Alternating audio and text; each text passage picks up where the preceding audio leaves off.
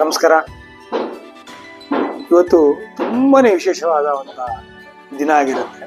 ಮಹಾಶಿವರಾತ್ರಿ ದಿನ ನಮ್ಮ ಸನಾತನ ಧರ್ಮದ ಒಂದು ವಿಚಾರ. ಈ ಒಂದು ಮಹಾಶಿವರಾತ್ರಿ ದಿನ ನಮ್ಮ ಮನಸ್ಸನ್ನ ಶುದ್ಧಿಗೊಳಿಸ್ಕೊಳ್ಳೋದು. ಯಾವ ರೀತಿ ಮನಸ್ಸನ್ನ ಶುದ್ಧಿಗೊಳಿಸ್ಬೇಕು? ಉದಾಹರಣೆಗೆ ನಮ್ಮ ಆಯುರ್ವೇದದಲ್ಲಿ ನಾವು ತಿಳ್ಕೊಳಕ್ ಹೋದ್ರೆ ನಮ್ಮ ದೇಹವನ್ನು ಶುದ್ಧಿಗೊಳಿಸೋದಕ್ಕೆ ಅವರು ದೇಹದಲ್ಲಿರುವ ಮಲಿನವನ್ನು ಶುದ್ಧಿಗೊಳಿಸೋದಕ್ಕೆ ಮಾತ್ರೆ ಕೊಡ್ತಾರೆ. ಫಸ್ಟು ನೀವು ಈ ಮಾತ್ರೆ ತಗೊಳ್ಳಿ. ನಿಮ್ಮ ದೇಹದಲ್ಲಿರುವ ವಾತ, ಪಿತ್ತ, ಕಫ ಮೂರೂ ಆಟೋಮೆಟಿಕ್ ಆಗಿ ಕ್ಲೀನ್ ಆದ್ಮೇಲೆ ನಿಮ್ಮ ಔಷಧಿ ತಗೊಳ್ಳೋದಕ್ಕೆ ದೇಹ ಅನುಕೂಲವಾಗುತ್ತೆ ಅಂತ. ಈ ರೀತಿ ದೇಹವನ್ನು ಶುದ್ಧಿಗೊಳಿಸೋದಕ್ಕೆ ಆಯುರ್ವೇದದಲ್ಲಿ ಒಂದು ಒಳ್ಳೆಯ ಉಪಾಯ ಇದೆ.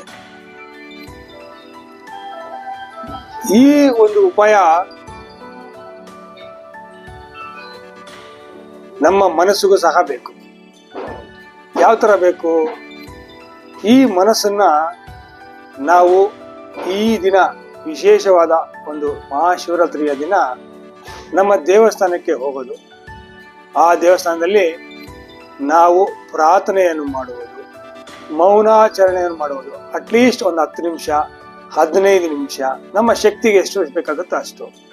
ಆ ರೀತಿ ಮೌನಾಚರಣೆ ಮಾಡ್ತಾ ಹೋದ್ರೆ, ಪ್ರಾರ್ಥನೆ ಮಾಡ್ತಾ ಹೋದ್ರೆ, ದೇವರ ಧ್ಯಾನ ಮಾಡ್ತಾ ಹೋದ್ರೆ ಮನಸ್ಸು ಶುದ್ಧಿ ಆಗ್ತಾ ಹೋಗುತ್ತೆ. ಈ ಒಂದು ವಿಶೇಷವಾದ ದಿನದಲ್ಲಿ ನೀವೆಲ್ಲರೂ ಇದನ್ನ ಮಾಡಿದ್ರೆ ನಿಮ್ಮ ಮನಸ್ಸು ನಿಮ್ಮ ಹತೋಟಿಯಲ್ಲಿರುತ್ತೆ. ಈ ವಿಚಾರ ನಿಮ್ಮ ಗಮನಕ್ಕೆ ತರಬೇಕಾಯ್ತು. ವಿಚಾರ ತಿಳಿಸಿದ್ದೀನಿ. ನಮಸ್ಕಾರ. ಜೈ ಹಿಂದ್.